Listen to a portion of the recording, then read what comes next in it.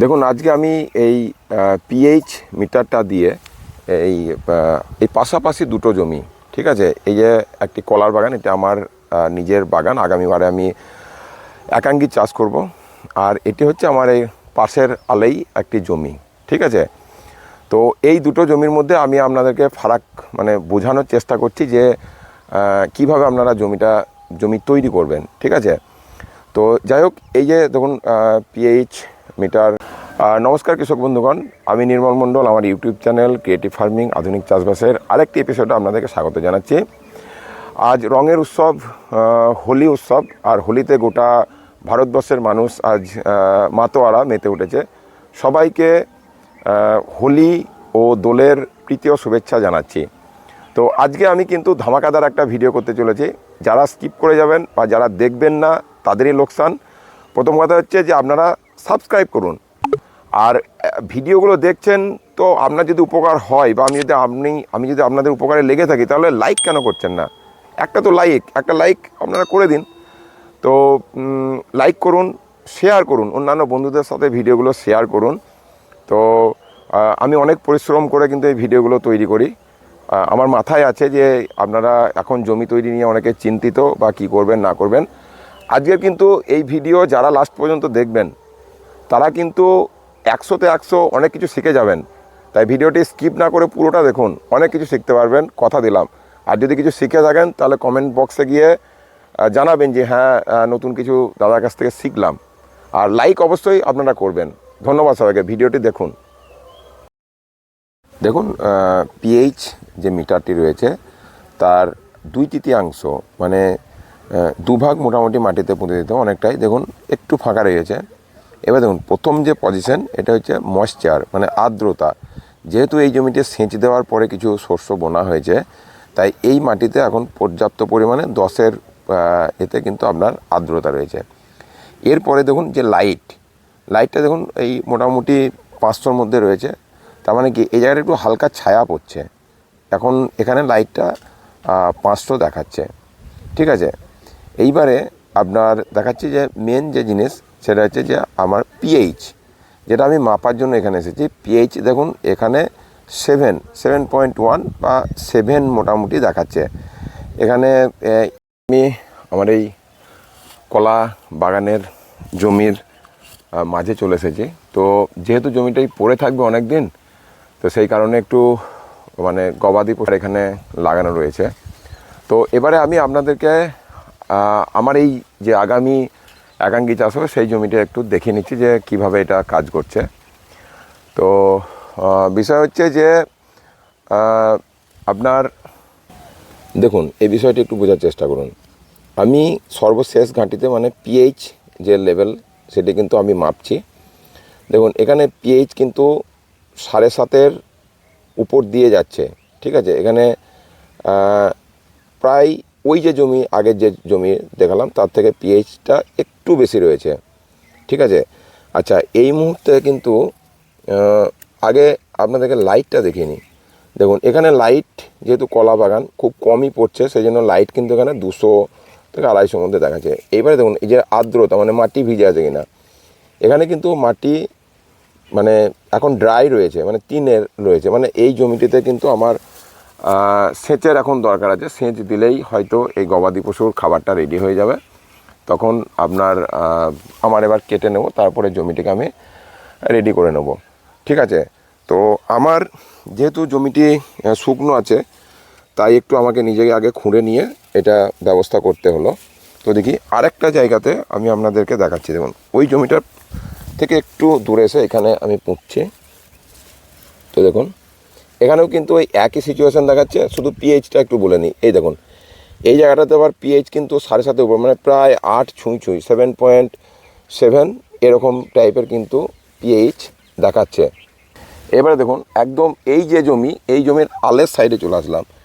আলের সাইডে যেহেতু ওই জমিটা সেচ দেওয়া ছিল, তো তার জল কিছুটা আসে আপনারা জানেন। তো এইখানে দেখুন মজার বিষয়, একই জমিতে এইখানে কিন্তু আমার পিএইচ 7 রয়েছে, ঠিক আছে। ওখানে কিন্তু 7.7 আর এখানে কিন্তু 7। মেশিনটা কিন্তু দুর্দান্ত কাজ করছে। এবার এখানে দেখায়, এখানে লাইট দেখুন, না, এখানে ময়েশ্চারটা দেখুন, ময়েশ্চার মানে আর্দ্রতাটা দেখুন, এখানে 5, মানে একটু মাটিটা ভিজে রয়েছে, ঠিক আছে। আর এই যে এখানে দেখুন, এখানে লাইট কিন্তু একদম 2000, মানে এখানে পর্যাপ্ত পরিমাণে রোদ পড়ছে, আপনারা বুঝতে পারছেন। তো তো এবারে মূল বিষয় আসি, যে আপনাদের মনের কৌতূহল বা বিষয় জানার আগ্রহ, যে এখন এই যে জমিটা ফাঁকা, যে জমিটা রয়েছে, এটা কি আদর্শ না এটা আদর্শ? তো ঘটনা হচ্ছে, আমি অবশ্যই বলবো যে এই যে জমিটি, এই জমিটা হচ্ছে গিয়ে আদর্শ জমি। আগামী বছর যদি এই জমিটা আকাঙ্ক্ষী করা হতো, এটা মানে সমস্ত কিছু এটা আদর্শই রয়েছে। আচ্ছা, এবারে এই যে জমির ঘটনা, সেটা একটু বলে নিই। যেহেতু অনেক দিন আমার কলা বাগান ছিল বা পড়েছিল, সেই থাকার কারণে কিন্তু এর আগে যখন আমি চাষ দিই, তখনই কিন্তু আমি ডলোমাইট চুন এখানে ব্যবহার করেছিলাম, ঠিক আছে। এইবারে ঘটনা হচ্ছে যে, যেহেতু আমি ডলোমাইট চুন দিয়েছিলাম, মানে পিএইচের দুটো লেভেল যখন আমরা যখন মাপছি, অ্যাসিডিক আর অ্যালকালাইন, তো এই এই যে আমার যে জমিটি হয়ে রয়েছে, এটি মোটামুটি ঠিকই রয়েছে, তবে একটু অ্যালকালাইন হয়ে রয়েছে, হালকা একটু। কিন্তু এই যে জমিটি কিন্তু একদম পারফেক্ট, যে কোনো চাষের জন্য একদম খুবই উপযোগী হয়ে রয়েছে। মানে মাটির নিচের ফসলের জন্য উপযোগী, আর মাটির উপরের ফসলের জন্য উপযোগী। এখন এই যে জমিটি, মানে যেখানে অ্যালকালাইন হারটা একটু বেশি আছে, মানে 7.7 বা 7.5 অ্যাভারেজে রয়েছে, এই জমিটিতেও কিন্তু একাঙ্গী চাষ আমরা করতে পারবো, ঠিক আছে। তার জন্য কিছু প্রিভেন্টিভ ব্যবস্থা নিতে হবে, সেটা আমি গ্রহণ করব, অবশ্যই করব। তো ঘটনা হচ্ছে যে, এই জমিতে কিন্তু কলা ভালো ফলন হতো। তো এই যে অ্যালকালাইন যে মাটি, সেখানে কিন্তু যে উপরের যে সবজিগুলো বা ফসলগুলো হবে, সেগুলো যথেষ্ট পরিমাণে কিন্তু ভালোই হয়, ঠিক আছে। তো এখন আপনাদের মনের প্রশ্ন হতে পারে যে, তাহলে দাদা আমরা কি করব? তো ঘটনা হচ্ছে যে, মানে যদি অ্যালকালাইন জমি হয়, তাহলে আপনারা চুন ব্যবহার, মানে ডলোমাইট চুন ব্যবহার না করে আপনারা কিন্তু সালফার দেবেন জমিতে, ঠিক আছে। সালফার দিলে অনেকটা কন্ট্রোলে আসবে।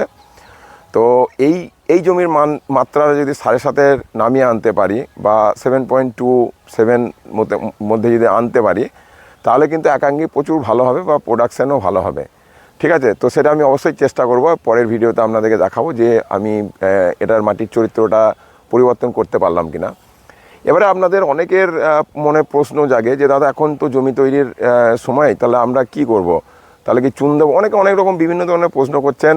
তো চুন দেবেন কি দেবেন না, কি সার দেবেন কি দেবেন না, সেটি আপনার এলাকার মাটির চরিত্র অনুযায়ী আপনাকে করতে হবে। আপনি ধরুন একটা বেলে মাটির জমি, আপনি আমাকে ফোন করবেন, দাদা কী সার লাগবে।